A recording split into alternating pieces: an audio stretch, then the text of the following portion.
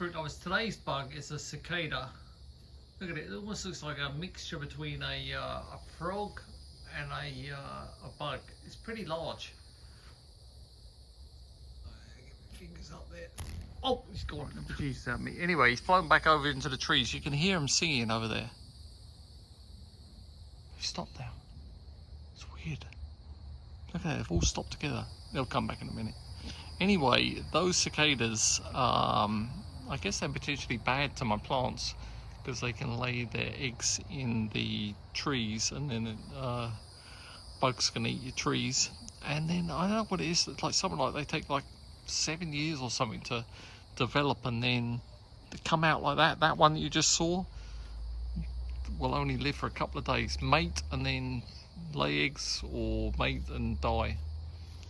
Anyway, I don't bother, you know, I mean, it'd be hard to catch those things anyway. I just let them get on with stuff. Just like we let little Phoebe get on with stuff, even though she can be a bit annoying sometimes too. Alright, just thought I'd show you that cicada.